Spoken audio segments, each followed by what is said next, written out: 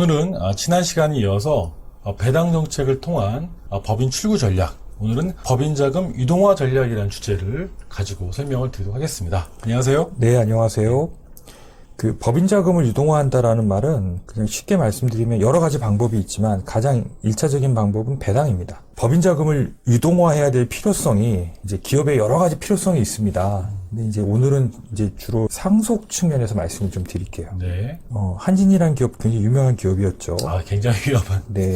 유명했던. 네, 유명했던 기업이었죠. 상속세가 한 2천억 정도 나왔다고 합니다. 근데 여기 보면 이제 가족들이 상속세 납부를 위해서 주식 매각, 주식 담보대출, 배당 등을 이용할 전망이다. 그래서 이제 배당이 나오죠. 네. 이 당시 한진 같은 경우는 이제 적대적 M&A 세력으로부터 경영권도 보호해야 되는 상황이었기 때문에 주식 매각이 용이치가 않았어요. 그러니까 사실은 이런 적대적 M&A 위험에 노출되어 있는 기업은 상장 주식 팔면 되지 팔 수가 없다는 거죠. 경영권을 뺏기니까. 경영권 문제 때문에. 네.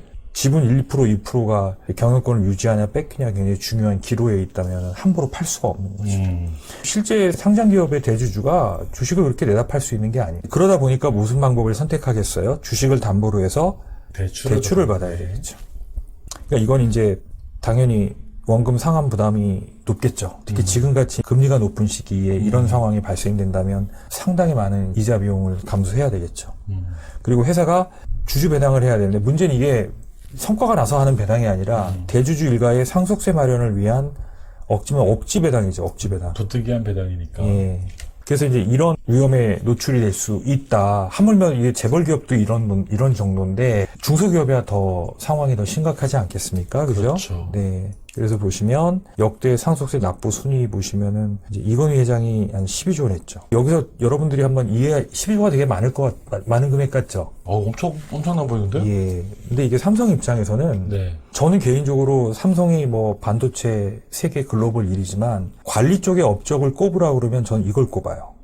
만약에 삼성이 한 30년, 40년 전부터 대한민국 최고의 브랜드를 모아서 이런 가압승계 작업을 미리 하지 않았다면 납부해야 될 세금은 12조가 아니라 120조가 넘었을 거예요. 그럼 적어도 100조 이상의 이익을 남긴 거잖아요. 이것도 굉장히 큰 성과라고 저는 봐요.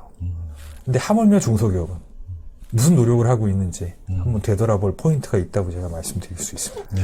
그래서 여기 보면 상속세 같은 경우는 이제 작년 같은 2021년도 같은 경우는 이제 이건희 회장 건 때문에 수익이 확 올라갔죠. 증여세 같은 경우도 건수가 엄청 늘고 있습니다. 물론 이제 부동산 이슈도 있지만 아이러니하게 상속세 절세 전략이 증여하는 거예요.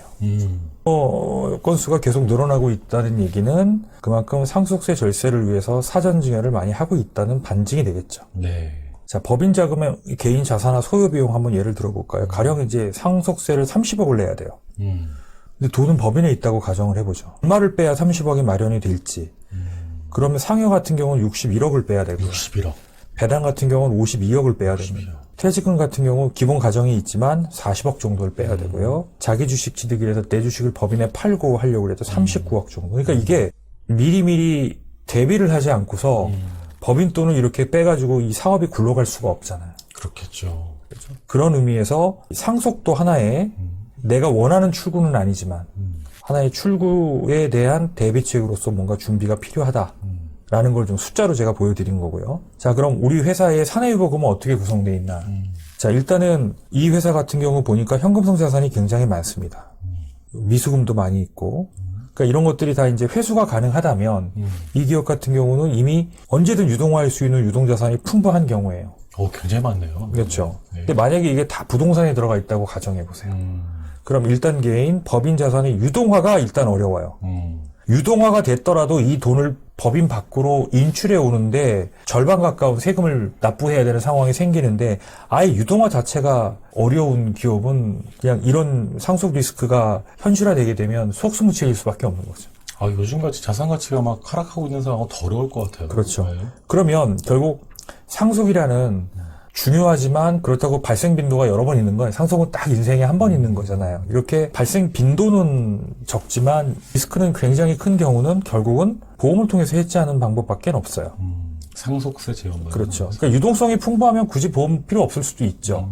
근데 이제 설비가 많고 무형자산이 많아서 실제 이런 리스크에 유동화할 수 있는 여력이 부족한 기업이라면 최소의 비용으로 최대의 효과를 내는 재무 솔루션을 선택할 수밖에 없다. 이런 점 말씀드릴 수 있을 것 같고요. 출구 시나리오별 세금 문제는 뭐 매각, 상장 후 매각, 해산, 승계 여러 가지 방법이 있습니다. 자, 그런데 여기서 제가 배당 포인트만 말씀드릴게요. 예를 들어서 가령 회사를 200억에 나는 팔고 싶어요. 근데 사고 싶은 사람은 150억에 사고 싶대요. 이 회사에 유보금이 50억 있다고 가정을 할게요. 네. 현금이래요. 현금. 근데 이 회사 입장에서 이 현금이 필요한 게 아니에요. 이 회사의 성장 잠재력, 경쟁력, 성장 지속력에 대한 기대치가 반영된 거예요. 그러면 가격이 안 맞으니까 결렬이 될 수 있겠죠. 그럼 예를 들어서 이 50억은 필요 없는 거 50억을 빼면 되잖아. 네. 근데 50억이 한꺼번에 있기 때문에 이거 빼면 25억밖에 못 받아가는 거죠. 반밖에 못 가져가니까. 그래서 이렇게 M&A의 가능성이 있는 기업이라면 적당하게 배당을 하는 것도 미리 배당을 하는 것도 이런 살려는 사람과 팔려는 사람의 가격의 눈높이를 좀 좁히는 데 있어서 의미가 있을 수 있다. 네. 그런 점에서 배당의 포인트를 한번 좀 제가 짚어보고 싶었습니다. 자, 그래서 잉여금 처분 전략에는 1단계 사전 처분 전략과 2단계 처분 전략이 있고 그 다음에 3단계로 사후 처분 전략이 있다. 3단계네요. 네. 그렇죠. 그러니까 이제 1단계에서 보수 정책, 배당 정책이 있잖아요. 근데 이제 1단계의 타이밍을 놓치면 2단계로 가야 되고 그 다음엔 사후 처분 전략으로 가야 되죠.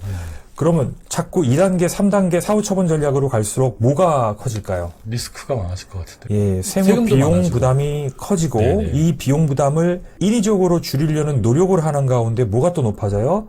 세무 위험이 높아질 수 있겠죠. 네. 근데 그게 단순히 20-20%의 손실을 보는 차원이 아니라 전체 법인 가업 주식 가치의 주식 자산의 50% 가까운 손실이 있을 수 있다라는 부분을 인지를 하면 이거를 그냥 먼 훗날에 나한테 있을 수 있는 개연성 있는 리스크라고 보는 게 아니고 언제든 일어날 수 있는 확실한 리스크로 보고 대비를 해야 된다라는 점을 좀 말씀드리고 싶습니다. 확실한 리스크. 네. 자, 그래서 지분도 있고 임원도 하는 출자 임원. 뭐 대부분 보통 이제 조정력 오너라고 예, 하죠. 오너죠. 네. 네. 그래서 항상 제가 말씀드리지만 소득 다변화 전략을 가져와야 된다. 소득원, 소득자, 소득 시기. 소득원, 소득자, 소득시. 예, 그래서 고율의 세율을 이런 식으로 소득원과 소득자, 소득 시기를 구분해서 분산을 시켜야 된다.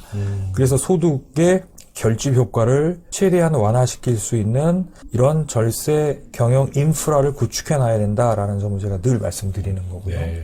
그럼 이제 단계별로 이 소득 다변화 전략을 어떻게 활용하는 게 좋으냐. 그래서 제가 한번 그냥 단계별로 한번 그림을 그려봤어요. 1단계는 임원 보수만 갖고도 가능하다. 2단계는 주주 배당 정책. 사실은 조조 익선, 일찍 하면은 요 두 가지만 갖고도 충분해요. 근데 이제 1단계, 2단계의 타이밍을 놓치게 되면 이제 3단계로 가야 되는 거고, 네. 그 다음에 4단계로 가고, 5단계로 가고, 6단계, 7단계 가야 된다. 근데 단계로 올라갈수록 한꺼번에 많은 돈을 인출해야 되기 때문에 뭐가 높아진다? 세무, 네. 위험이 높아진다. 그만큼 위험을 커버하기 위한 뭐가 높아진다? 비용 부담이 늘어난다. 이런 점을 좀 말씀드리고 싶습니다. 그러면 이런 질문을 해요. 지금은 기업을 돌리기에도 벅찬데 무슨 뭐 급여를 올리고 배당 정책을 갖냐 이런 거죠. 자, 이거는 이제 이런 의미로 해석하면 돼요. 당장은 실행을 안 하더라도 이런 정책이 가능하게끔 하는 제도나 규정 등은 언제든 준비를 하고 있어야 된다는 거죠. 자, 지금까지 배당 정책에 대한 유동화 전략, 법인 자금의 유동화 전략에 대한 부분 말씀해 주셨고요. 인상적인 게 1단계부터 7단계까지를 소득 다변화 전략으로 제시를 해주셨는데 굉장히 하나하나의 단계들이 전략이라는 생각이 듭니다. 네. 예, 오늘 방송 감사합니다. 네, 고맙습니다.